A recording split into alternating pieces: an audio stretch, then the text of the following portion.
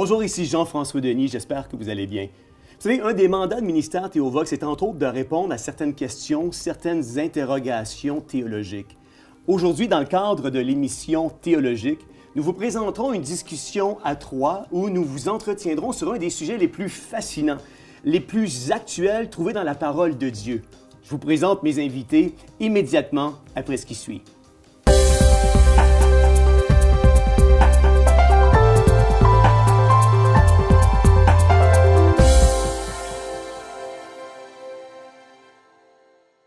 Eh bien, bonjour. Aujourd'hui, je suis tellement content et honoré d'avoir deux invités avec qui on va vous entretenir, entre autres, sur les prophéties des temps de la fin. Mario Mascotte, bonjour. Bonjour. Écoutez, je regardais votre curriculum vitae, votre feuille de route, et puis j'étais assez impressionné. Vous êtes diplômé du Shiloh United Ecclesiastical Bible College de Londres, en Angleterre. Vous êtes également gradué du Eastern Pentecostal Bible College de Peterborough, au Canada. Vous êtes fondateur et président de la société Pain de Vie Évangélisation. Vous êtes un écrivain, un conférencier et un animateur d'émissions de radio et de télévision. Vous avez donné multiples conférences dans divers pays de la francophonie.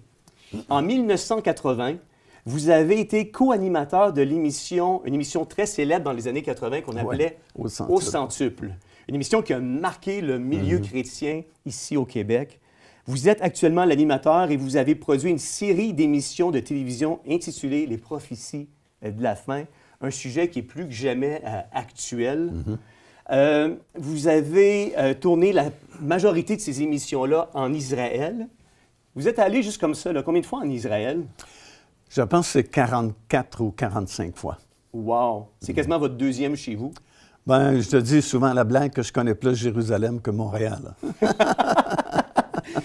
La série d'émissions Les prophéties de la fin a aussi été diffusée sur un réseau de télévision à travers le Canada.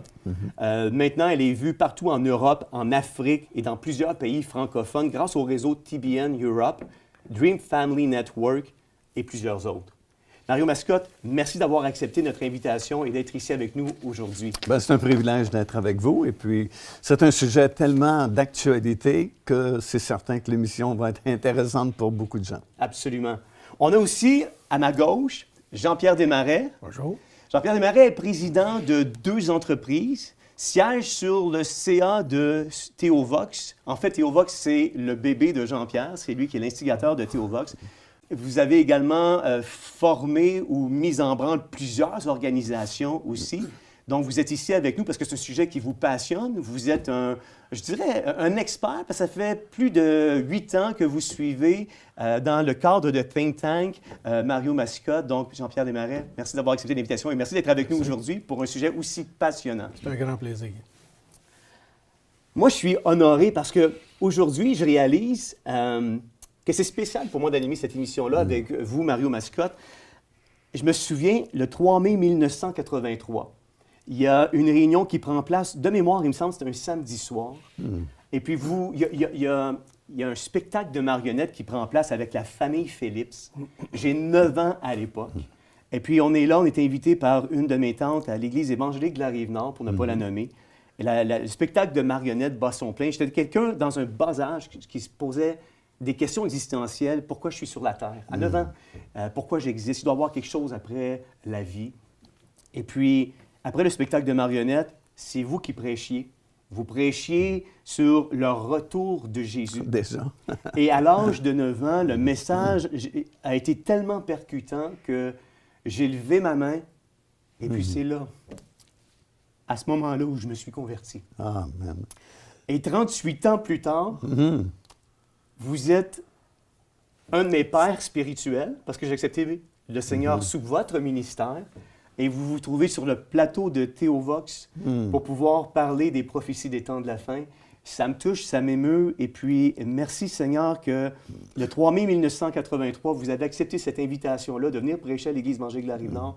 Parce que pour moi, dans ma vie, ça a été le point tournant qui m'a amené à connaître Jésus-Christ comme Seigneur et Sauveur. Dieu fait tellement de belles choses. Évidemment, je ne me souvenais pas avant que vous m'en parliez, mais c'est remarquable combien d'enfants de 8 ans, 9 ans, 10 ans ont accepté le Seigneur lorsqu'on faisait des tournées. On en fait toujours aujourd'hui, mais à l'époque, on faisait de grandes tournées dans des églises. Et puis, déjà, en 1983, je venais d'écrire mon premier livre sur l'Apocalypse, qui s'intitulait aussi L'Apocalypse, Révélation pour aujourd'hui.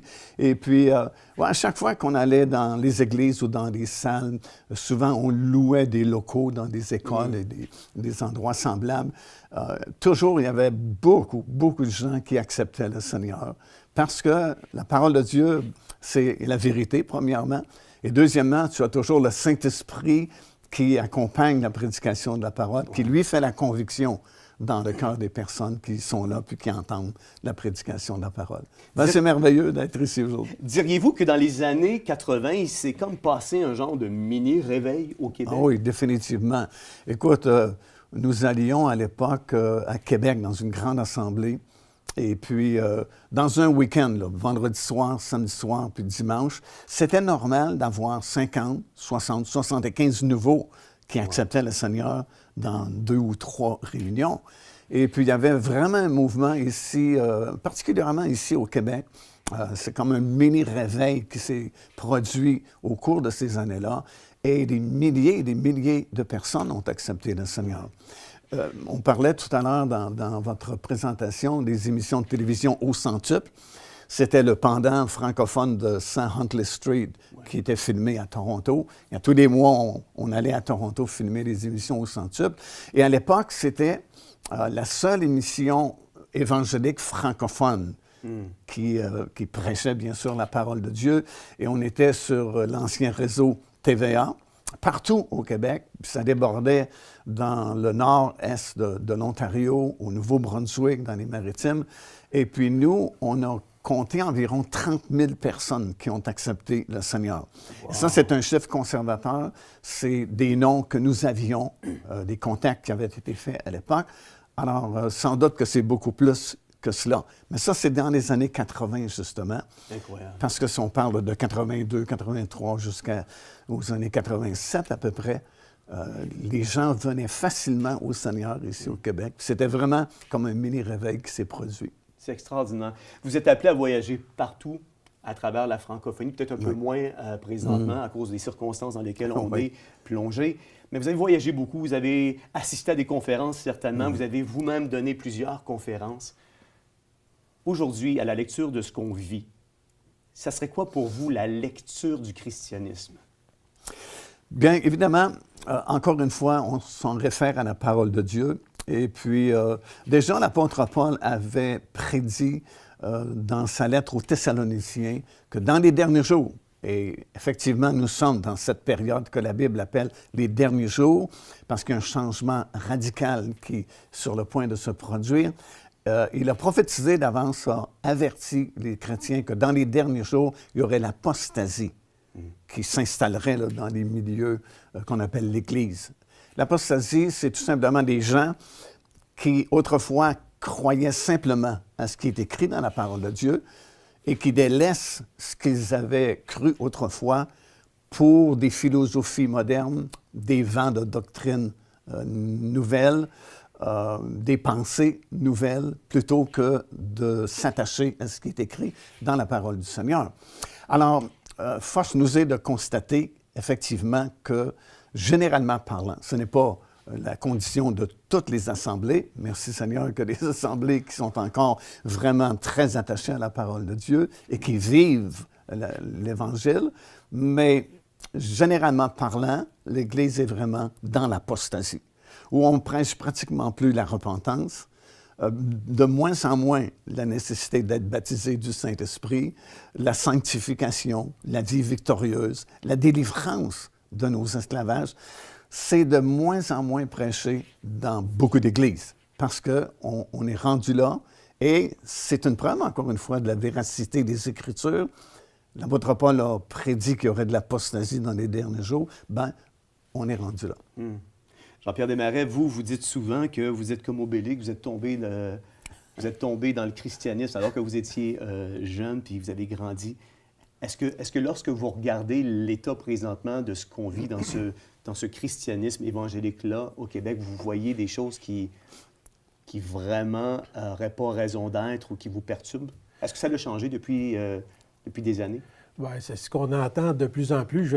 Je vais juste dire que moi, c'est dans les années 70, Mario, où tu as touché ma vie. Alors, à Saint-Hyacinthe, on faisait des études. J'ai encore des notes aujourd'hui. Donc, j'étais dans mon adolescence. Je suis un peu plus vieux que Jean-François. Mais, ça ne me rajeunit pas. Là, non! Mais oui, je regarde présentement, on a une discussion. Je me considère un Bible-believing Christian. Les gens vont répondre à des versets ou à la parole en me disant « je pense que, moi, je suggère que... Alors moi, je dis « bien, où est fondée ta foi?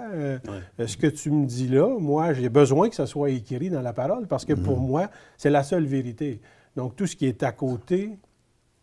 n'est pas une vérité. N'est pas une vérité. Alors, je me tiens dans la parole. On est confronté régulièrement avec plein de questions. Est-ce que ça a été créé en 6 jours? Donc, si ça fait du sens, en anglais, if it makes sense, don't search any other sense. Ne cherche pas d'autre chose. Ouais. Alors, s'il y a un soir et un matin, pour moi, ça fait un jour. Alors, j'y vais avec la simplicité de la Bible. Ça dit « Heureux celui qui lit ».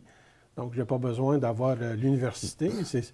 C'est bon, l'université, je ne suis pas contre ça, mais la parole est simple et facile à comprendre. Et l'Esprit, comme Mario disait tantôt, est là pour nous révéler, nous faire comprendre ce qu'on est en train de lire. Là. Et on apprend tous les jours. Moi aussi, je suis sur le même programme avec Jean-François. On lit à tous les matins depuis 2012. Je passe la Bible à travers à tous les ans. Et j'en apprends encore cette année. C'est toujours un livre nouveau. Alors, je n'ai pas besoin qu'on me donne plein d'autres livres. Là. J'ai vraiment besoin d'apprendre tout ce qu'il y a, les richesses qu'il y a dedans. Là. Absolument. Absolument. Il fut un temps dans les années 80 où on prêchait sur une base régulière le retour de Christ, le retour de Jésus. Ce qui me fascine, c'est qu'on ne le prêche plus autant aujourd'hui. Et encore plus étrange, et encore, ce qui m'interpelle encore le plus, c'est qu'il y a une génération complète qui grandit aujourd'hui sans avoir la notion du retour de Jésus, sans avoir la notion des tribulations ou de la fin des temps. Et puis ça me fascine. Pourquoi, selon vous, Mario, on est arrivé à ce stade-là aujourd'hui dans notre enseignement où on tait, puis on ne prêche plus le retour de Jésus? Bien, le message a changé beaucoup ces dernières années. Ça ne veut pas dire que la parole de Dieu a changé, mais ceux qui prêchent la parole de Dieu ont dilué le message évangélique. Comme je mentionnais il y a quelques instants, c'est plutôt rare maintenant dans les églises qu'on prêche sur la repentance, le baptême du Saint-Esprit, la guérison divine, la délivrance. Alors, il faut le remplacer par d'autres choses. Il faut dire d'autres choses, il faut prêcher autre chose, et ça dilue le message. Et en diluant le message, bien, ça empêche les gens de croire, parce qu'encore une fois, la foi vient de ce qu'on entend. Et le message concernant le retour du Seigneur Jésus-Christ, ça a été annoncé un peu par vague. Si on regarde les années derrière nous, il y a certaines époques où on prêchait beaucoup l'imminence du retour du Seigneur. Bon, le Seigneur n'est pas revenu dans ces années-là. Alors, c'est comme si on a diminué l'intensité de la prédication parce que Jésus n'est pas revenu. Et habituellement, quand il arrive soit une tragédie mondiale ou un grand problème, oups, ça refait un peu surface, comme c'est le cas présentement. On est au milieu d'une pandémie et puis beaucoup de gens se posent des questions. Pourquoi c'est arrivé? Où est-ce qu'on s'en va avec ça? Est-ce qu'on va en sortir un jour? Et puis, ça secoue un peu les fondations là, des gens, puis ça ramène justement le message, encore une fois, de la proximité du retour du Seigneur Jésus-Christ. Et tout particulièrement aujourd'hui, nous sommes dans une époque vraiment fascinante, une époque extraordinaire, et ce message-là est plus d'actualité que jamais, parce que les gens, même s'ils n'ont pas la connaissance de la parole de Dieu, même s'ils n'ont pas accepté le Seigneur Jésus-Christ comme leur Seigneur et Sauveur, sont conscients que ça ne tourne pas bien sur cette planète. Ouais. Puis normalement, quelqu'un d'intelligent se pose des questions et est inquiet pour l'avenir. Si tu es père d'une jeune famille, tu as de jeunes enfants, tu es inquiet pour l'avenir de tes enfants. Et ça provoque énormément de questions. Et c'est un temps extraordinaire pour prêcher la parole de Dieu parce que nous avons les réponses. Ouais.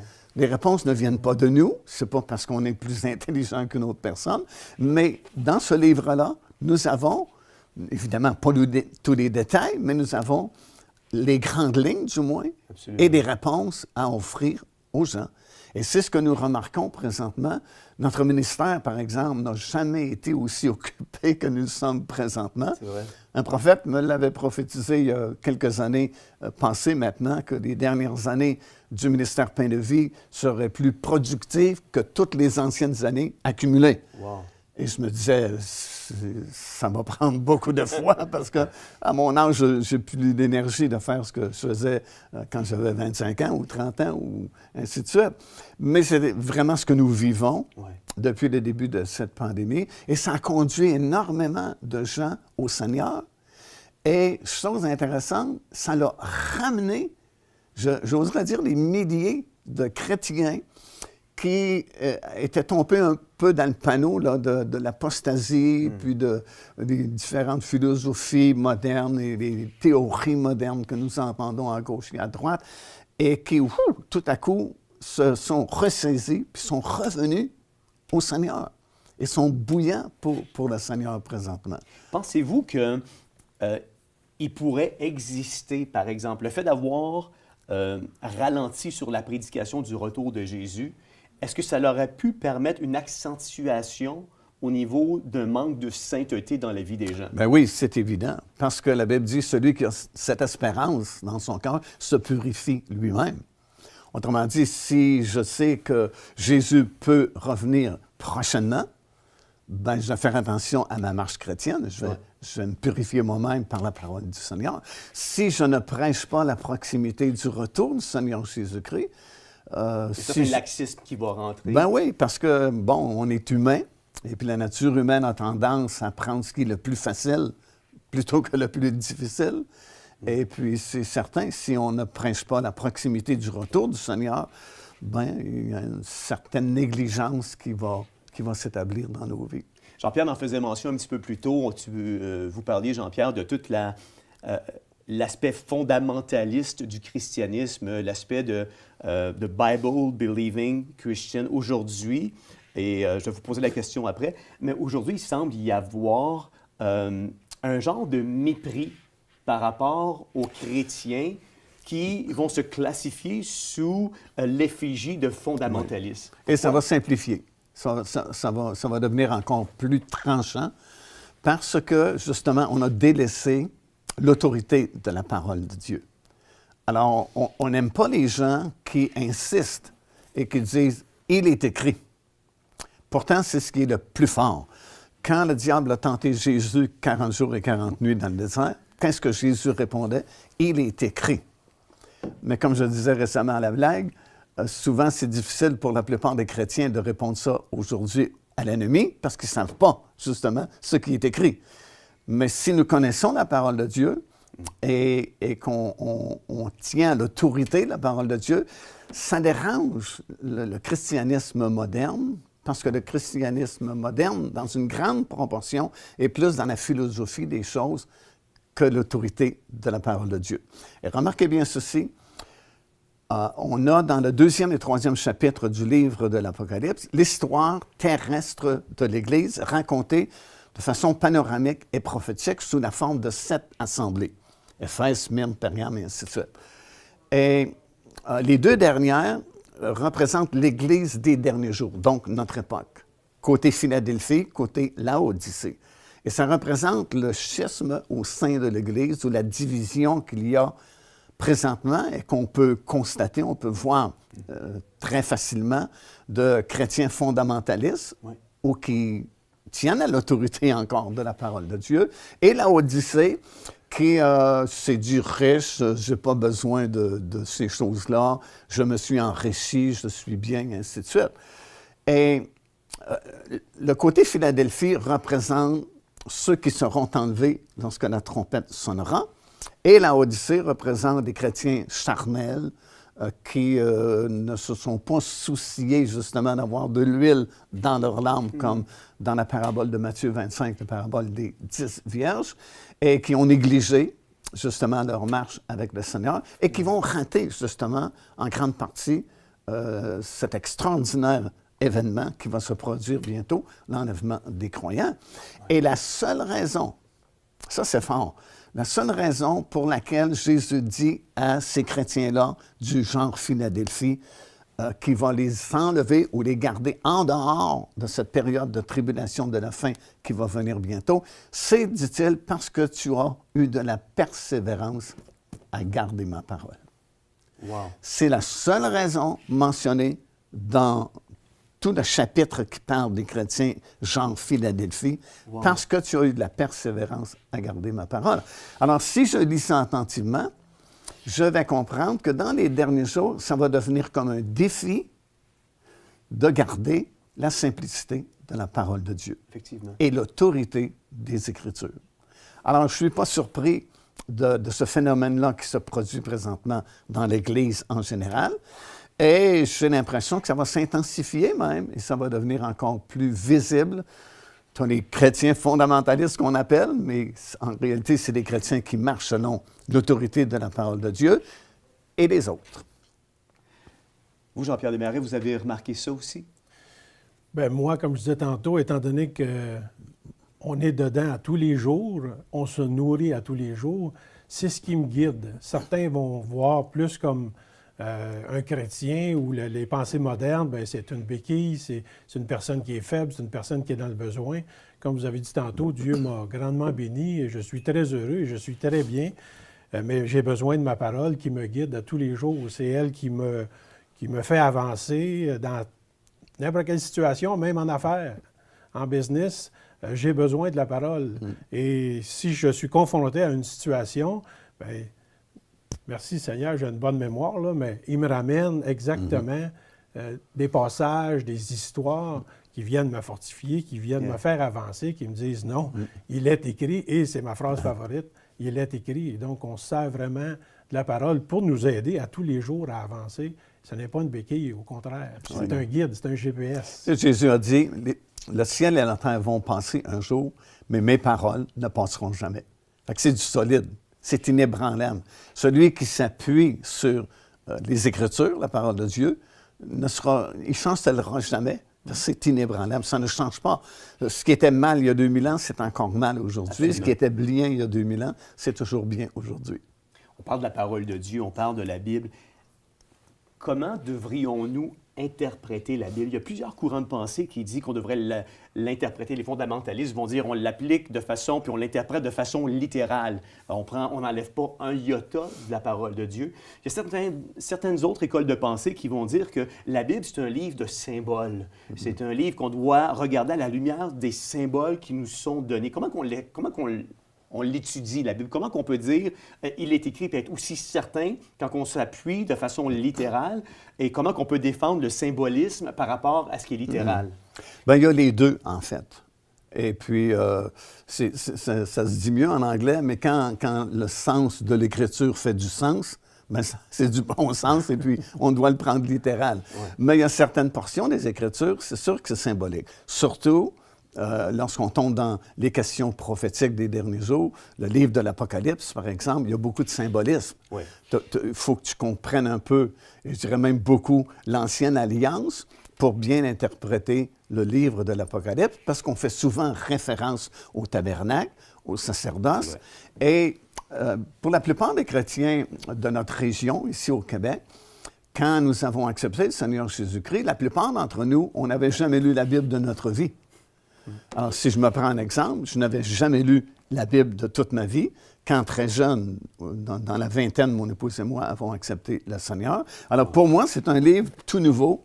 Et puis, tu m'aurais parlé à l'époque de sacerdoce lévitique. J'ai aucune idée c'est quoi. Du tabernacle, le lieu saint, le lieu très saint, le voile qui sépare les deux. J'ai aucune idée de ce que c'est. Tu m'aurais parlé d'un souverain sacrificateur. J'ai aucune idée. Alors, malheureusement, si nous ne nous donnons pas la peine d'étudier la parole du Seigneur, d'être fidèles, comme on parle à tous les jours, quotidiennement, d'être dans les Écritures, bien, on n'apprendra pas ces choses-là. Et là, ça devient compliqué d'interpréter ou de comprendre surtout un livre comme le livre de l'Apocalypse, parce qu'il te ramène des choses pour te faire comprendre que les choses qui étaient là dans l'Ancien Testament sont maintenant accomplies en Jésus-Christ. Oui. Mais si je ne connais pas ce qui était là dans l'Ancienne Alliance, comment puis-je comprendre que Jésus-Christ a accompli ces choses? Comme par exemple, un passage vraiment très intéressant, c'est dans Hébreux chapitre 6, alors que Paul explique que Jésus est devenu notre souverain sacrificateur parce qu'il est pénétré au-delà du voile, étant précurseur pour nous, étant devenu souverain sacrificateur selon l'ordre de Melchisédek. Alors, si je suis un prédicateur, je prêche cela dans la plupart des églises, puis je dis aux gens « Amen », peut-être les gens vont dire « Amen », mais ils ne savent pas à quoi ils disent « Amen ». Absolument. Parce que pour la plupart des chrétiens modernes, ils ne savent même pas c'est quoi un souverain sacrificateur, qu'est-ce que ça fait, un souverain sacrificateur, c'est quoi ses fonctions. Alors, de leur dire que Jésus, wow, il est notre souverain sacrificateur, ça ne me dit pas grand-chose. Surtout si j'ajoute, comme Paul dit, selon le rang de Melchisédek. C'est quand la dernière fois, dans ton assemblée, tu as entendu un message t'expliquer c'est quoi l'ordre ou le rang de Melchisédek? Probablement jamais. Oui, probablement jamais. Alors, comment puis-je comprendre ce que ce simple passage-là veut dire et qu'est-ce que ça rapporte pour moi? Oui. C'est quoi ma relation avec le fait que Jésus, maintenant, il est un souverain sacrificateur selon le rang de Melchisédek à la droite du Père là-haut dans le ciel? Oui. Alors, comprends-tu? Il faut comprendre, oui, littéralement, certains passages. D'autres, c'est plus des accomplissements de symboles ou d'ombres ou de figures. Il y a quelques années, on a fait une étude vraiment très intéressante qui a été très populaire, des racines hébraïques de l'Église. Et puis, j'ai pris plusieurs ombres, figures et images de l'Ancien Testament et j'expliquais comment Jésus a accompli ces ombres, ces figures et ces images. Et c'est tellement révélateur. Puis, quelqu'un qui suit, par exemple, un cours semblable, tu ne comprends plus la Bible de la même façon. Évidemment. Parce que des versets qui, auparavant, passaient comme inaperçus, tout à coup, wow! Ça te jette une lumière de révélation. Exact. Parce que c'est tellement parfait, la parole de Dieu, qu'il n'y a rien d'écrit inutilement. Quelquefois, on se demande pourquoi est-ce qu'un petit bout de verset est là. Par exemple, pourquoi est-ce que j'ai besoin de savoir que le Saint-Esprit est descendu dans la chambre haute exactement à 9 heures le matin? Pourquoi est-ce que j'ai besoin de savoir que la même journée, Pierre et Jean ont guéri l'impotent à la porte du temple à 15 heures l'après-midi? Mm-hmm. Ça paraît des détails superflus. Pourquoi j'ai besoin de savoir ça? Mais quand tu commences à étudier les figures, les images, les ombres de l'Ancien Testament, tu réalises pourquoi c'est indiqué. C'est pour te montrer que, wow, c'est vraiment accompli parce que le Saint-Esprit est donné, entre autres, pour nous permettre de louer le Seigneur et d'adorer le Seigneur. Mm-hmm. Et dans l'Ancien Testament, il y avait différents autels. Tu as un autel qui s'appelait l'autel des parfums, qui était situé juste contre le voile qui séparait le lieu saint du lieu très saint. Et c'est là qu'on offrait la louange, les prières qui montaient vers Dieu. Et il y avait 2 services quotidiennement. Un à 9 heures, l'autre à 15 heures. Alors, la venue du Saint-Esprit accomplit l'autel des parfums. On n'a plus besoin de l'autel des parfums aujourd'hui. On a le Saint-Esprit qui nous permet de louer et d'adorer le Seigneur. Alors, c'est plein de trucs comme ça. Si tu commences à étudier les figures, les ombres, les images de l'Ancien Testament et comment le Seigneur Jésus-Christ, par son ministère, a accompli des tonnes de figures, d'images et d'ombres qui étaient là dans l'Ancien Testament, ça devient un livre fascinant. Absolument. Que tu as de la difficulté à ne pas lire parce que tu découvres à chaque fois des perles de révélation. Et les révélations, tu sais, l'Église, c'est ce qui manque surtout aujourd'hui, le manque de révélation. Parce que l'Église a été fondée sur une révélation. Absolument. Dans le nord d'Israël, à Banias, à l'époque ça s'appelait Césarée de Philippe, Jésus était avec quelques-uns de ses disciples. Il a fait sa grande déclaration qu'il allait bâtir son Église. Mais sur quoi, dit-il? Sur cette pierre de révélation, quand l'apôtre Pierre lui a dit « Tu es le Christ, le Fils du Dieu vivant ». Il dit « Là-dessus, je vais construire mon Église ». Alors, l'Église du Seigneur, elle est construite sur une révélation que Jésus est le Christ, le Fils du Dieu vivant. Si tu ne reçois pas cette révélation dans ton cœur, que Jésus est le Christ, le Fils du Dieu vivant, tu ne peux pas faire partie de la véritable Église du Seigneur. Bon, tu as des milliers de religions dans le monde. Tu peux faire partie de n'importe quelle sorte d'Église, mais tu ne peux pas faire partie de l'Église du Seigneur Jésus-Christ parce que ça prend une révélation que Jésus est le Christ, le Fils du Dieu vivant. Mais si tu es dans l'Église, tu vas vivre par des révélations. Et parce qu'il y a beaucoup moins de révélations aujourd'hui, parce qu'il y a beaucoup moins de prédications fondées sur les Écritures, bien, les gens ne reçoivent pas beaucoup de révélations, sauf si tu as vraiment à cœur, toi, personnellement, de scruter les Écritures, tu vas les recevoir, les révélations. Et quand tu reçois une révélation, c'est comme si ça te transperce là, de la tête jusqu'à la plante de tes pieds. Tu dis « Wow! Alléluia! » Et si tu n'as pas, c'est la disette, puis tu sèches littéralement, et ça ne t'intéresse pas de méditer la parole de Dieu, parce que justement, il te manque ces perles de révélation. C'est tellement bon. Vous êtes devenu, au fil des années, une référence à travers la francophonie sur tous les signes des temps de la fin, les prophéties qui concernent le retour de Jésus, etc., etc. J'ai envie de vous poser quelques questions par rapport à votre champ, je vais appeler ça comme ça, votre champ d'expertise, ou ce dans quoi vous avez passé le plus de temps dans votre vie à étudier.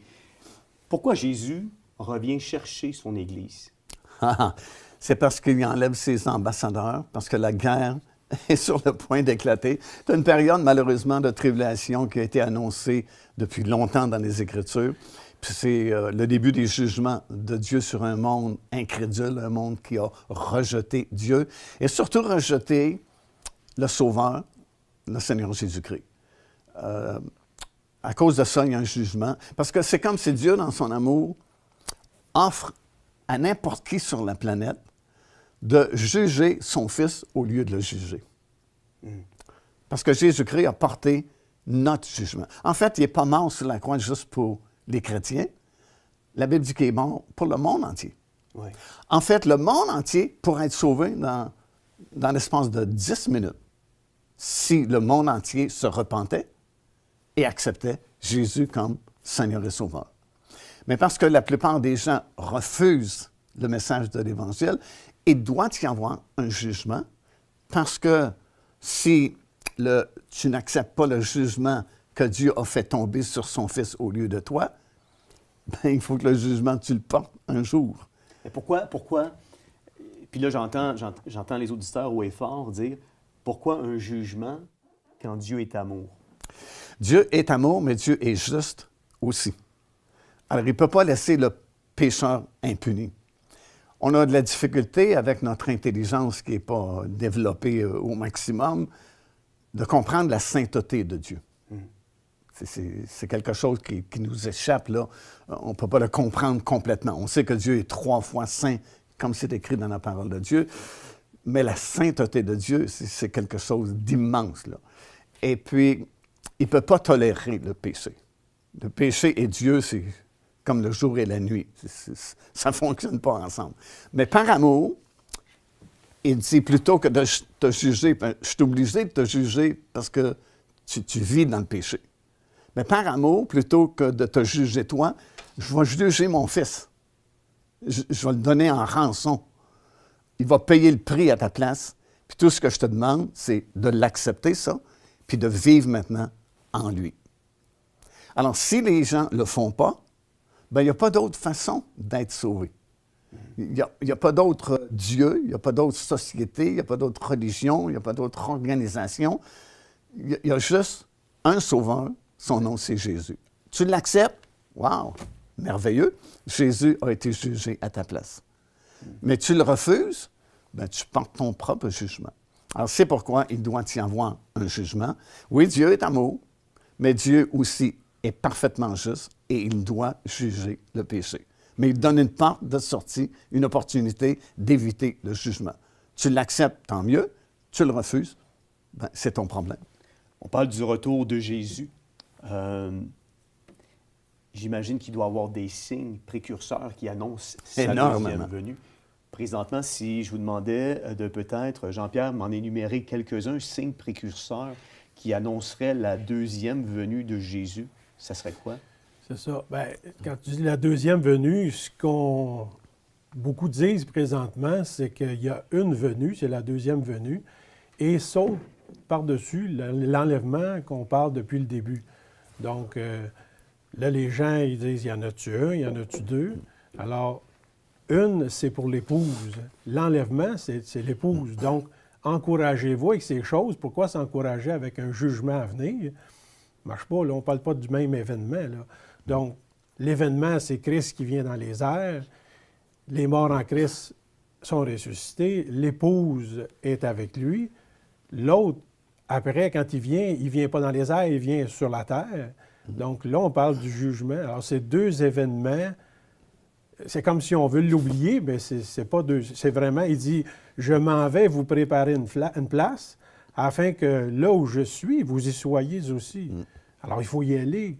Alors, c'est l'enlèvement qui s'en vient chercher son épouse, qui s'en vient avec l'Église de Philadelphie qui parlait tantôt, Mario. Je vais te garder de l'heure de la tentation qui s'en vient. Donc, c'est le jugement de Dieu qui s'en vient. Et moi, je suis un époux, j'ai une épouse, je ne veux pas la juger, je veux plutôt la protéger dans ce qui s'en vient. Ouais. Alors, c'est vraiment deux événements séparés. Fait que quand on dit le deuxième retour, c'est un demi-retour. Il vient dans les nuées, il ne vient pas sur la terre pour nous enlever. Et c'est l'espérance des chrétiens. Là. Absolument. C'est l'espérance des chrétiens. Mais si je regarde les signes qui pointent vers il doit y avoir des signes qu'on retrouve dans la parole de Dieu, notamment un temps d'apostasie ou des choses comme ça. Mais ça serait quoi plus concrètement? Tu sais, le monde entier, selon la Bible, est divisé en 3 groupes. Ça, c'est dans 1 Corinthiens, chapitre 10, verset 32. Ça dit « Ne soyez en scandale ni aux Juifs, ni aux Grecs, ni à l'Église de Dieu. » Alors, tu as le peuple juif. Les Grecs, c'est symbolique des nations du monde français, anglais, espagnol, et l'Église de Dieu, ceux qui ont donné leur vie au Seigneur Jésus. Et la parole de Dieu nous a donné des signes dans les 3 groupes. Des signes chez Israël, des signes chez les nations et des signes dans l'Église aussi. Mais les plus importants, les plus visibles, si vous voulez, c'est chez Israël. Parce que Israël, c'est le cœur même de la Bible. Jésus lui-même dit « Le salut vient des Juifs ». Bon, souvent, on n'aime pas ça parce que beaucoup de gens détestent le peuple juif, mais c'est incontournable. Là. Le salut vient des Juifs, c'est eux qui nous ont donné les oracles de la parole du Seigneur. Et les signes majeurs sont concernant le peuple juif. Tu as énormément de prophéties qui disaient que dans les derniers jours, Dieu ramènerait son peuple dans son pays. Ouais. On sait qu'en l'an 70, à cause de l'invasion romaine, ça a été terrible à Jérusalem. On a brûlé le temple et tu as eu la grande diaspora, la grande dispersion de milliers et de millions de Juifs partout dans le monde. Et les prophètes, et il y en a plusieurs, et de nombreux versets, disaient dans les derniers jours, Dieu va ramener son peuple dans son pays d'origine, en Israël. Nommait même le mot Israël. Parce qu'il était disparu depuis longtemps, avant 1948. On l'appelait surtout la Palestine. Ouais. Palestine, c'était nommé par l'empereur romain Hadrien, qui était vraiment fâché à cause de la révolte des Juifs à l'époque de Bar Kokhba. Et puis, il voulait effacer le mot juif, le mot Israël, a changé le nom d'Israël en Palestina, d'où le mot Palestine est venu, a changé le nom de Jérusalem en Alia Capitolina, disant qu'on ne se souviendra plus jamais, et on n'appellera plus jamais la ville de Jérusalem, Jérusalem. Le monsieur s'est trompé beaucoup parce qu'on n'appelle plus Alia Capitolina maintenant, on l'appelle Jérusalem. Et le Seigneur a donné des signes, et ça c'est un signe majeur, le retour du peuple juif dans son pays. Ouais. En 1948, le 14 mai, tu as eu la création de l'État d'Israël, ou la recréation, parce qu'il existait auparavant, et puis des milliers et des centaines de milliers de Juifs sont revenus d'un peu partout. Ce qui est fascinant dans les Écritures, parmi les prophètes qui ont annoncé cela, le retour du peuple juif, ils ont adressé des paroles aux 4 points cardinaux, nord, sud, est, ouest. Et la terminologie utilisée pour chaque point cardinal, c'est exactement la situation qui prévalait lorsque les Juifs sont sortis. Exemple, concernant le nord, puis l'extrémité du nord, c'est la Russie par rapport à Israël. En passant, les points cardinaux dans la Bible sont toujours donnés par rapport à Israël. Si on parle du nord, c'est le nord, au nord d'Israël, et ainsi de suite. Et au nord, c'était la Russie, et le prophète avait dit au nord, « Donne mon peuple ». C'est un ordre. Si tu lis les paroles prophétiques des 3 autres points cardinaux, c'est moins drastique, là. Mais au nord, c'est un ordre, un commandement, « Donne mon peuple ». Et à l'époque, il y a plusieurs années passées, c'était interdit par loi chez les Russes de sortir. Si tu étais un Juif russe, tu ne pouvais pas sortir de Russie et revenir t'établir en Israël. Mais Dieu avait dit par la bouche de son prophète, au nord, « Donne mon peuple ». Qu'est-ce qui est arrivé il y a plusieurs années? Un certain M. Gorbatchev est arrivé au pouvoir. Il a changé la Russie. Il a fait sauter certaines lois, dont la loi du non-retour. Et depuis cette époque, des centaines de milliers de Juifs russes sont revenus s'établir en Israël. Nous-mêmes, il y a plusieurs années, on venait d'atterrir dans... à l'époque, c'était des gros 747 là, qui partaient de la compagnie El Al de Montréal jusqu'à Tel Aviv. On venait d'atterrir, puis on entre à l'aérogare et c'est bondé de monde. Et c'est vraiment inhabituel. Et je dis à le représentant de notre agence israélienne, qu'est-ce qui se passe aujourd'hui? Est-ce qu'il y a une fête? Il y a un événement spécial? Ah, il dit, tu n'as pas remarqué. En même temps que tu as atterri dans ton avion, il y a 2 ou 3 autres gros 747 qui viennent d'atterrir en provenance de Russie. Et c'est rempli de Juifs russes qui reviennent s'établir dans le pays d'Israël, le pays promis. Et il dit, ces gens-là que tu vois ici, là, ils ont quitté leur travail aujourd'hui pour venir voir de leurs yeux l'accomplissement des paroles des prophètes de la Bible. Et j'ai dit, Seigneur, pardonne-nous. Ces gens-là qui se sont déplacés aujourd'hui pour venir voir les accomplissements de ta parole ne sont même pas sauvés, ils ne connaissent même pas le Seigneur Jésus-Christ pour la plupart d'entre eux. Puis nous, on a tous les privilèges de connaître Christ, d'être baptisés du Saint-Esprit, d'avoir la révélation de la parole de Dieu. Et beaucoup de chrétiens modernes ne se soucient même pas de ces choses-là. Alors ça, c'était un signe majeur, la création de l'État d'Israël. Deuxième grand signe majeur, la libération de la vieille ville, la vieille partie de la ville de Jérusalem, lors de la guerre des 6 jours au mois de juin 1967. Et ils ont reconquis justement à ce moment-là la Judée et la Samarie, qui va devenir le théâtre d'une prochaine guerre qui arrive bientôt, qui est appelée dans le jargon biblique la bataille de Gog et Magog, qui va se faire là, justement, parce que cette région-là de la Judée et de la Samarie est appelée dans la Bible les montagnes d'Israël. Là, on parle souvent de noms anciens dans la Bible. Si on veut le transposer à notre époque d'aujourd'hui, Gog et Magog représenteraient? Gog et Magog, c'est le peuple, le pays, c'est la Russie moderne. OK. La Perse, c'est maintenant l'Iran. Mais son ancien nom à l'Iran, c'était la Perse. Alors, souvent, les anciens noms sont mentionnés parce que les noms modernes n'existaient pas à l'époque. Évidemment. Alors, quand Dieu a donné la révélation à Ézéchiel, on parle de 2600 ans passés, ça ne s'appelait pas l'Iran. Alors, il ne pouvait pas dire l'Iran va descendre avec la Russie n'existait pas et l'Iran non plus.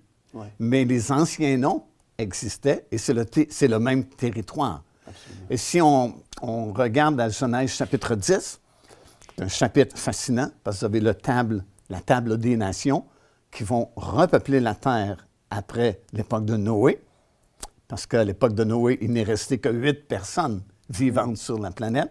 Alors c'est comme un renouveau, un départ nouveau à ce moment-là.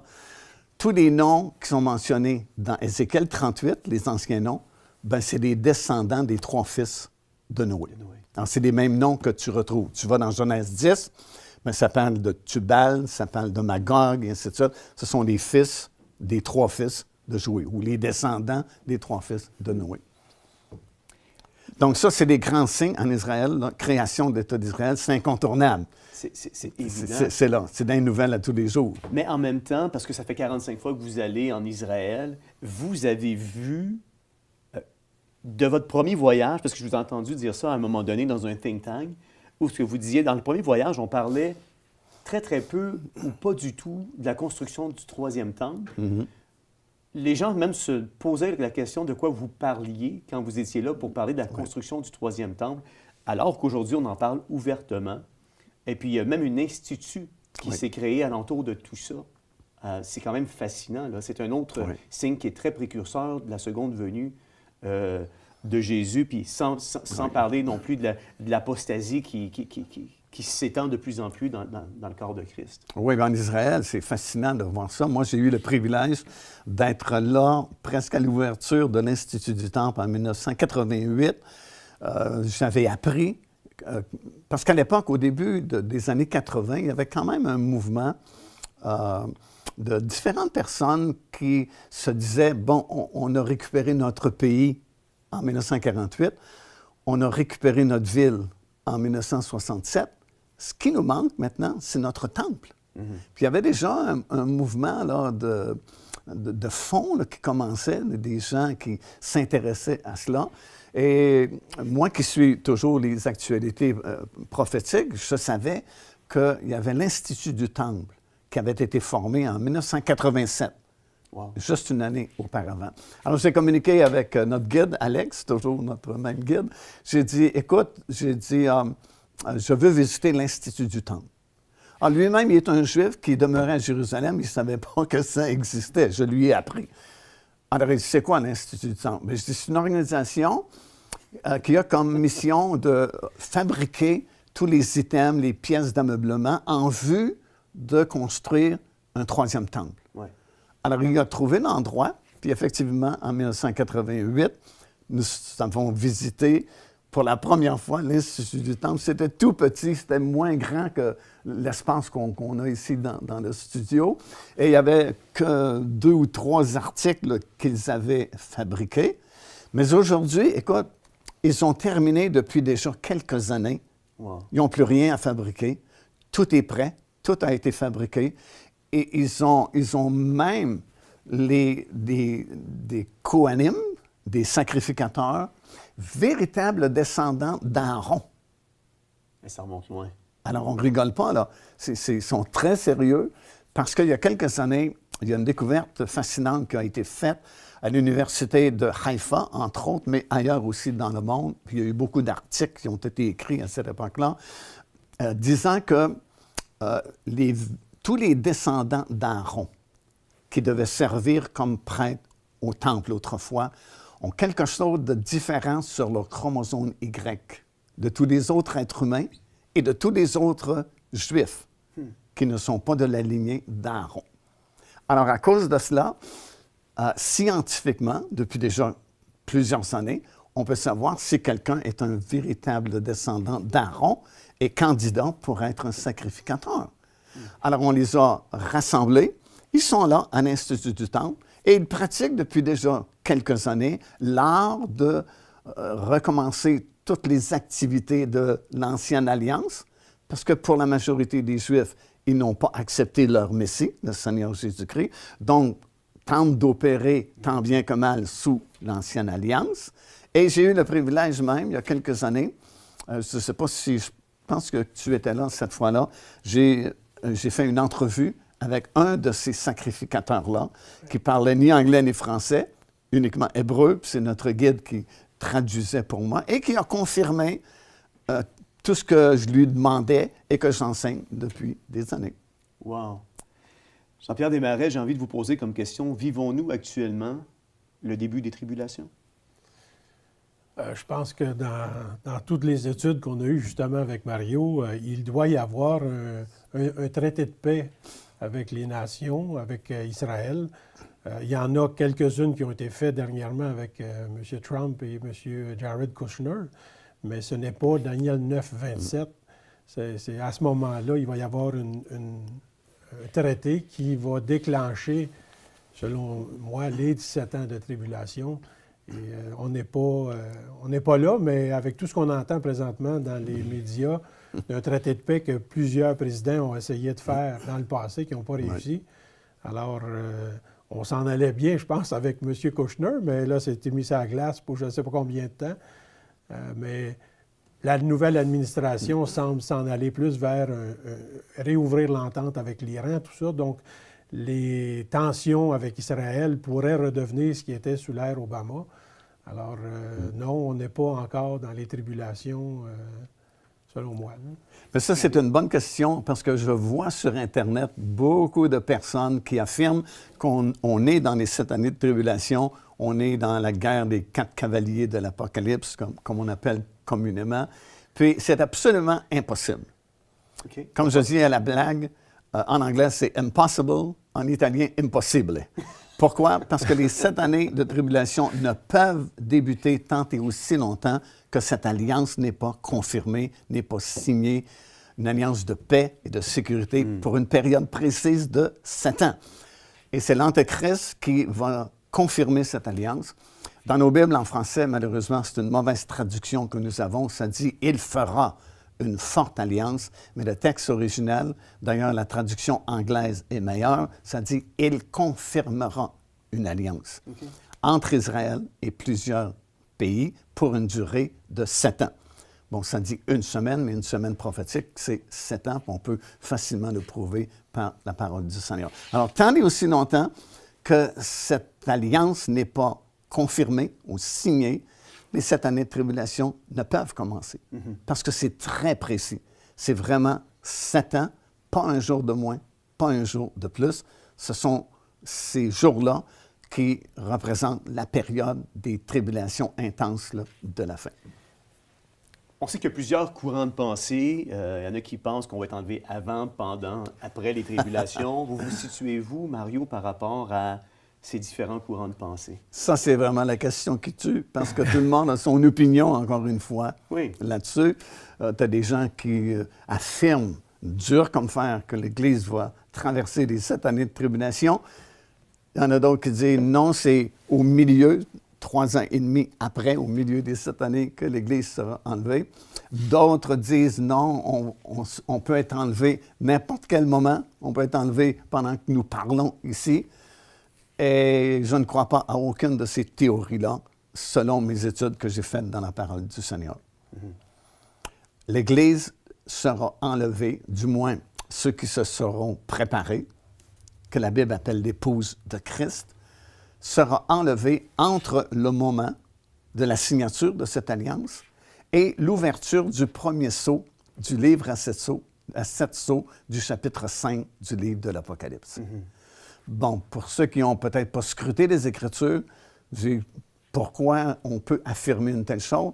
Bien, c'est sûr qu'on n'aura pas le temps ici, parce que je vais vous garder pendant des heures de temps pour tenter de vous expliquer et comprendre. Mais en résumé, pourquoi est-ce que je peux dire ça? Parce que d'une part, l'apôtre Paul affirme dans 2 Thessaloniciens, 2e chapitre, les 4 premiers versets, qu'avant notre réunion avec le Seigneur Jésus-Christ, alors, il parle de quoi? Il parle de l'enlèvement.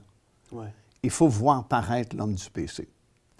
Et l'homme du péché va émerger, on va le voir uniquement lorsqu'il va confirmer cette alliance d'une durée de 7 ans. Ça, c'est le fameux cri de minuit de Matthieu, chapitre 25. Ça réveille tout le monde dans, entre guillemets, ce qu'on appelle l'Église.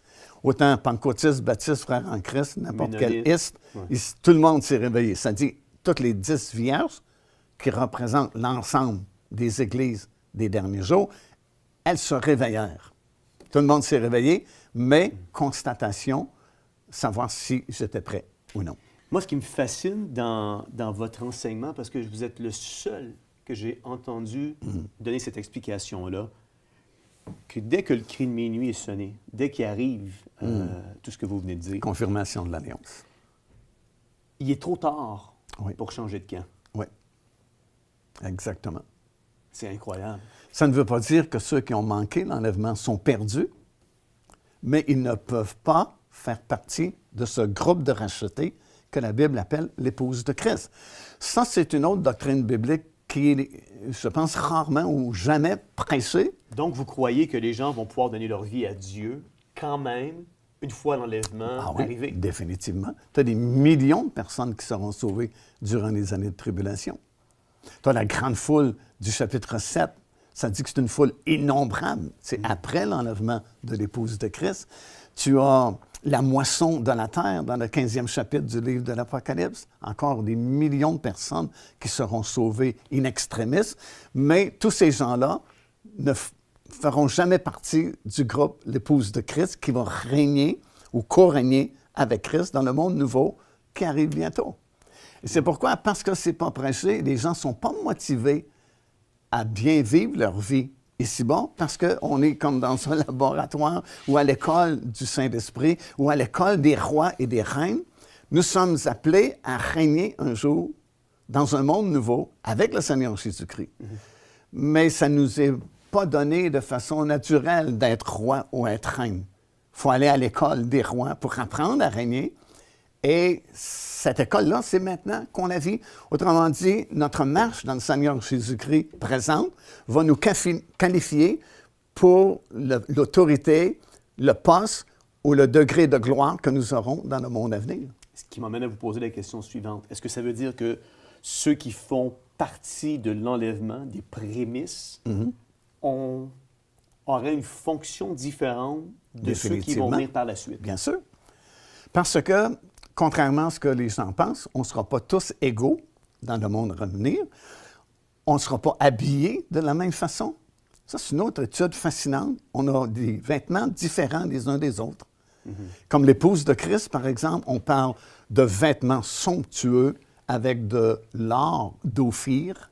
L'or d'Ophir, c'était l'or le plus pur qu'on pouvait trouver à l'époque, avec des vêtements brodés. Tandis que ceux qui ne feront pas partie de l'épouse de Christ, la Bible mentionne qu'ils ne sont habillés que d'une simple robe blanche. Alors, il y a des vêtements différents. Il y a des degrés de gloire différents.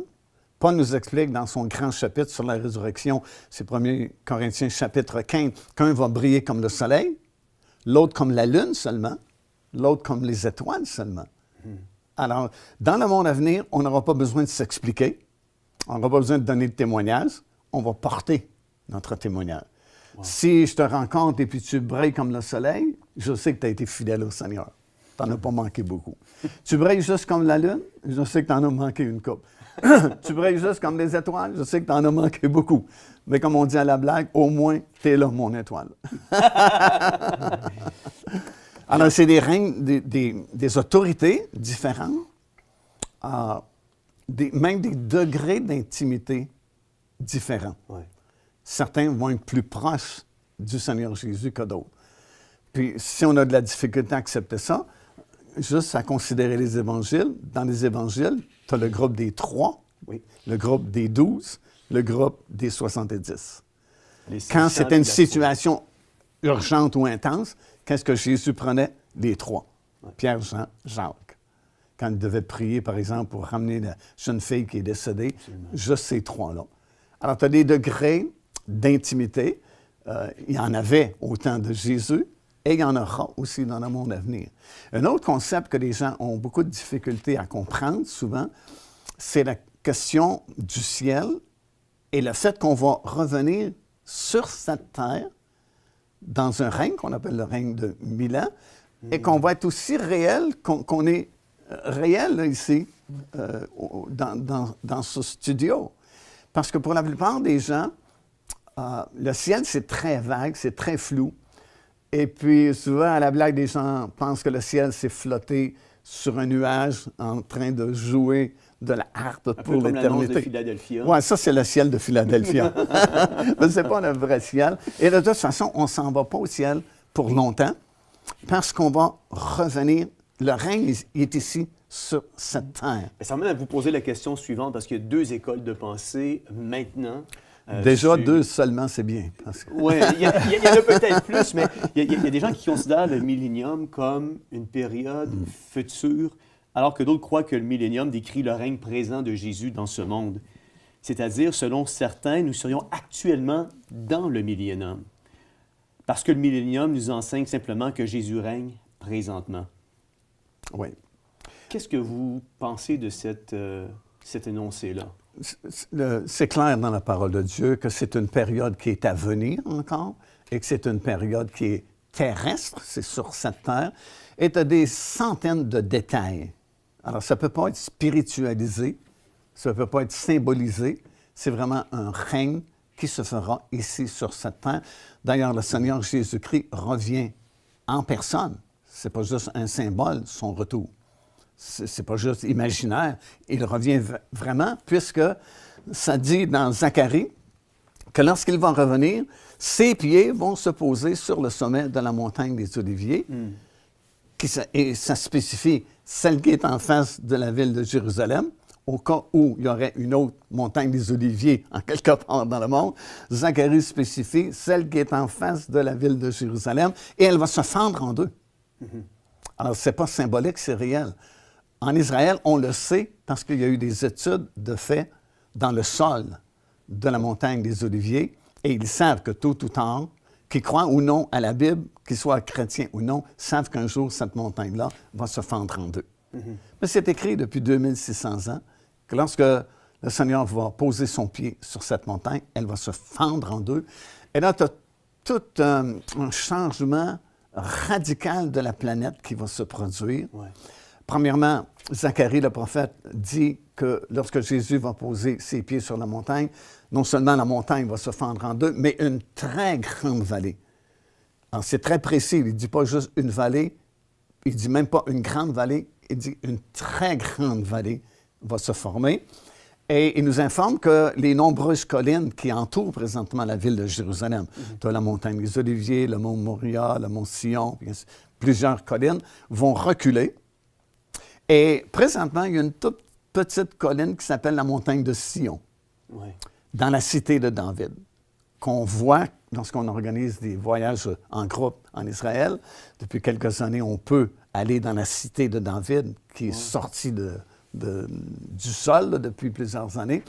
Cette petite montagne, qui est toute petite, selon Ésaïe, le prophète, va devenir la plus haute montagne du monde.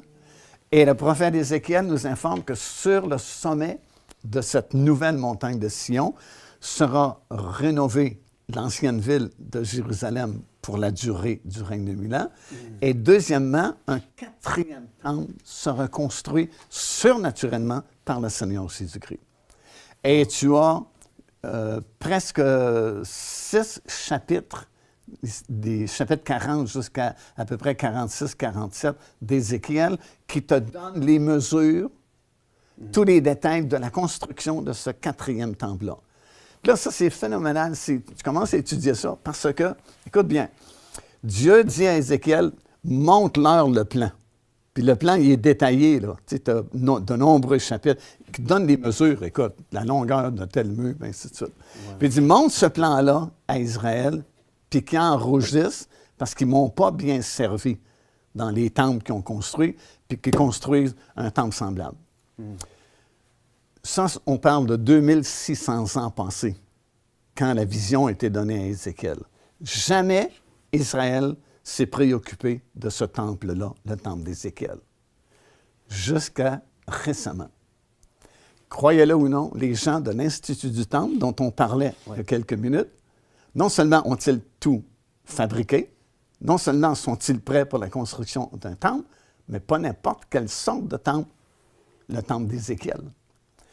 Et aussi incroyable ça puisse paraître, vous pouvez, n'importe qui, aller sur Internet, tu cliques sur Institut du Temple, tu cliques sur Plan du Temple, et le plan qui est dans la Bible ici, tu l'as sur Internet. Wow! Ils sont prêts à construire le plan d'Ézéchiel. On n'a jamais vu ça depuis 2600 ans passés, mais depuis peut-être 2 ou 3 ans maintenant, le plan est fait et il est même visible. N'importe qui sur la planète peut le voir via Internet. Il y a une prophétie qui disait, parce qu'on dit qu'un jour est 1000 ans, il y a une prophétie, je ne me souviens plus, c'est-tu dans Michée, mais il disait, pendant 2 jours, tu nous as châtiés, et le 3e jour, nous revenons, il nous a réétablis. Donc, si on dit 2 jours, 2000 ans, le temps de l'Église, donc on serait au début du 3e jour, éventuellement, bientôt, et ils sont en train d'être rétablis. Oui. Moi, ce qui m'a fasciné quand j'étais allé en Israël, c'est j'ai vu la prophétie qui disait tes déserts vont fleurir. Quand on est en autobus, ils sont fleuris. C'est ça. Oui. On va au Costco ici, ça dit tu vas exporter tes fruits, tes produits dans les autres nations. Oui. Chez Costco ici, on a des dates, on a des produits qui viennent d'Israël. Alors on voit toutes ces prophéties-là s'accomplir aujourd'hui. Incroyable. C'est fascinant, là. C'est Exactement. extraordinaire. Là. Oui. Absolument. Écoutez, avant de rentrer, j'ai préparé quelques petites questions en rafale. Et je veux vraiment en adresser quelques-unes, mais rapidement. On sait qu'il y a quelque chose qui circule aujourd'hui encore, puis je veux juste qu'on fasse le poids, le contrebalance, le contrepoids de tout ça. Israël, est-ce qu'Israël a encore une place privilégiée où Israël est rendu une nation comme toutes les autres nations et le corps ou l'épouse du Seigneur Jésus-Christ, l'Église, serait le nouvel Israël? Si Israël avait perdu cela, la relation avec Dieu, et qu'il n'existe plus dans le plan de Dieu et a été remplacé par l'Église, alors on peut brûler nos Bibles parce que Dieu est menteur à ce moment-là. Parce qu'il a juré lui-même qu'il donnait ce pays à Abraham, Isaac, Jacob à perpétuité. Il a même dit dans la parole de Dieu, si le soleil un jour ne brille plus, si la lune n'est plus là une nuit, c'est que j'aurai abandonné mon peuple. Il y a des centaines de versets dans la Bible où Dieu jure qu'Israël, c'est pour toujours. C'est sûr que le peuple juif, il faut se l'avouer, c'est un peuple difficile. Même Dieu lui dit, était un peuple au cou raide. Oui. C'est difficile. Ils ont été idolâtres, ils ont été incrédules. Ils ont fait des choses que probablement personne parmi nous oserait faire. Dans le temple, autrefois, ils ont mis des idoles, des choses païennes pour provoquer Dieu. C'est terrible. Tu lis ça dans le début du livre d'Ézéchiel. Ouais. Des serpents, des divinités étranges. Ils ont fait des choses abominables. Alors, à cause de cela, Dieu est obligé de les discipliner et puis même des expatrier parmi les nations du monde. Mais quand Dieu jure et fait un serment, il est lié par son serment. Et il va les ramener. En fait, il les a ramenés. Le retour qu'on voit du peuple juif en Israël, c'est un retour dans l'incrédulité. Il ne faut pas s'étonner de cela. C'était prédit dans la Bible. Mais par différents événements qui sont sur le point de se produire, il va les changer, les purifier, les transformer, et ils vont être remplis de l'Esprit de Dieu. C'est ce qu'il a promis. Et quand le Seigneur Jésus-Christ va revenir, comme on parlait il y a quelques instants, et que ses pieds toucheront le sommet de la montagne des Oliviers, il y a un esprit de repentance qui va tomber sur le peuple qui sera debout à ce moment-là. Et Romains, chapitre 11, versets 25 à 27, dit « Alors, tout Israël sera sauvé. » Donc, Israël est dans le programme de Dieu pour toujours. Désolé pour ceux qui ne sont pas d'accord avec ça, mais dans le millénium, Israël sera là. Dans le monde nouveau, après le millénium, Israël va toujours être là parce que c'est la promesse de Dieu. Écoutez bien ceci. Dieu a lui-même aveuglé son peuple pour permettre à nous, les non-juifs, d'être incorporés dans son Église. Wow. C'est fort, ça. Parce que la Bible dit que nous, concernant le monde, c'est le diable qui aveugle pour qu'on ne voit pas briller la splendeur de l'Évangile. Le diable a aveuglé le monde et aveugle encore le monde pour pas qu'il voit clair dans la parole de Dieu. Mais là, c'est Dieu qui aveugle son peuple. C'est pas le diable, c'est Dieu lui-même qui volontairement aveugle le peuple juif pour un certain temps pour se révéler à nous, pour permettre aux non-juifs d'avoir accès justement au royaume de Dieu. Et lorsque cette trompette va sonner et que l'histoire terrestre de l'Église sera terminée, parce qu'après l'enlèvement, il n'y a plus d'Église, de véritable Église du Seigneur Jésus-Christ. Sa mission aura été accomplie. On ne parle plus d'Église à partir du 4e chapitre du livre de l'Apocalypse jusqu'à la fin. Alors, comment le Saint-Esprit peut convaincre les gens? Ah, il va convaincre les gens, mais ils ne feront jamais partie de l'Église. C'est terminé. C'est une autre dispensation, un autre règne qui va venir bientôt. Mais l'Église, c'est terminé.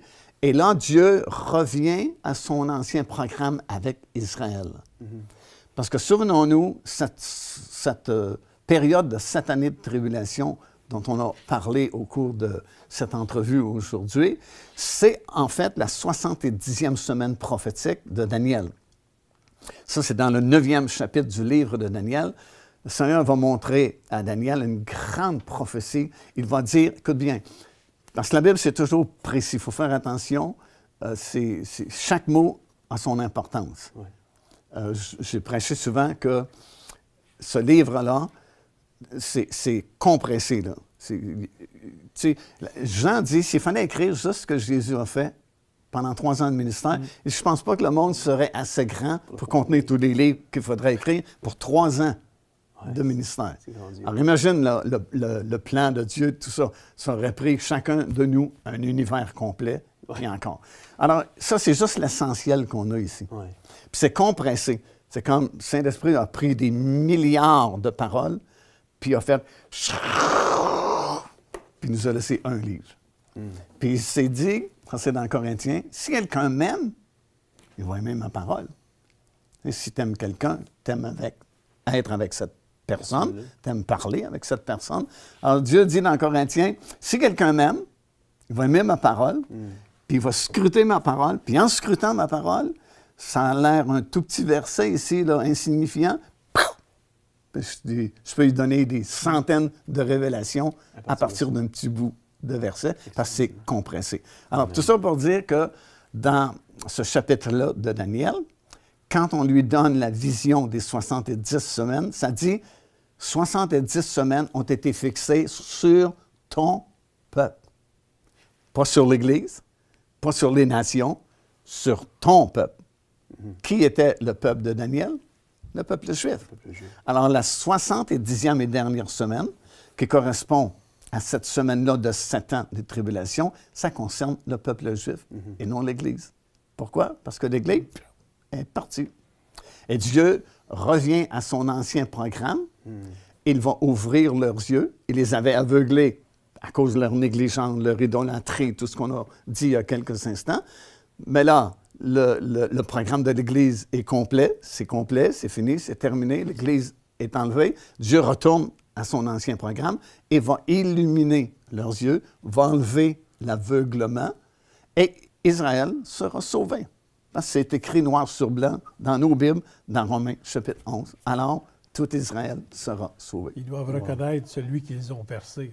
Oui, ils vont le reconnaître. Et il y a un esprit de conviction qui va tomber sur le peuple. Parce que ça va coïncider, là on parle du retour du Seigneur à la fin des 7 années de tribulation, non pas dans les airs, mais sur la terre, sur le sommet de la montagne des Oliviers. Et ça va coïncider avec l'accomplissement de la fête des expiations, le Yom Kippur. Et qu'est-ce qui se passe à Yom Kippur? C'est le pardon national annuel. Alors, c'est comme au moment où Christ revient, d'ailleurs, ça le dit, cette journée-là, ce ne sera ni le jour ni la nuit, mais vers la fin de la journée, parce que la fête commence toujours au coucher du soleil. C'est le Yom Kippur national ultime d'Israël qui se convertit au Seigneur Jésus-Christ. Wow! Très brièvement, avec une courte explication, est-ce que Jésus pourrait revenir maintenant? Non. Et en disant non, je sais que je m'attire la contradiction de la plupart des chrétiens qu'on a toujours entendu prêcher. Jésus peut revenir n'importe quel moment, peut venir pendant on prend. Non, pensez-y quelques instants. Jésus lui-même, et dans la parole de Dieu, Dieu nous a laissé des signes pour nous prévenir de la proximité de son retour. Alors, tant et aussi longtemps qu'il y a des signes qui ne sont pas accomplis, Jésus ne peut pas revenir. Parce qu'il nous a donné des signes pour nous prévenir de sa proximité. Ça veut dire qu'il n'est pas encore venu. Et tant qu'il y a des signes qui ne sont pas accomplis, il ne peut pas revenir. Par exemple, Jésus ne pouvait pas revenir en 1946 parce qu'Israël n'existait même pas en 1946. Il ne pouvait pas revenir avant, en 1966 parce que la vieille partie de la ville de Jérusalem n'appartenait même pas au peuple juif. Ouais. C'était conquis au mois de juin 1967. Alors, tu as beaucoup de trucs comme ça, beaucoup de signes qui sont donnés, et tant et aussi longtemps que ces signes ne sont pas accomplis, Jésus ne peut pas revenir. Alors, je sais qu'on entend dire ça continuellement, puis des grands prédicateurs le prêchent aussi. Ouais. Mais une chose que j'ai remarqué au cours des années, c'est que souvent nous prêchons par habitude ce que nous avons lu ou entendu prêcher. Et souvent, tu as des prédicateurs qui ne veulent pas changer leur message parce qu'ils ont affirmé quelque chose de différent dans les années précédentes et n'ont pas l'humilité de dire « je me suis trompé, j'ai scruté davantage les Écritures et voici maintenant ce que je peux déclarer ». Alors, Roberts avait dit un jour, parmi les prédicateurs, il y a beaucoup d'échos, mais très peu de voix. Oui. Voulant dire qu'on répète souvent les prédications d'un autre prédicateur, mais nous-mêmes, on n'a pas scruté les Écritures pour donner une parole de révélation. Je vous en pose une autre par rapport à l'enfer. On a vu que l'enfer existe. On a vu pourquoi l'enfer existe également. On a vu aussi que dans le ciel, il y a des différents degrés de proximité. Ma question maintenant pour vous, Mario, est-ce qu'en enfer, il y a différents degrés de tourment? Est-ce qu'il y a des différents châtiments qui... Oui, définitivement, selon la gravité des péchés de chacun. Mais quand on dit, aux yeux de Dieu, il n'y a pas de gros, petit péché. Un péché, c'est un péché. Ça ne s'applique pas au jugement dernier? Mais c'est faux. Hein? Il y a des péchés plus graves que d'autres. Il y a des péchés qui sont moins graves. C'est sûr qu'un péché, c'est un péché, mais il y a des degrés d'importance dans les péchés.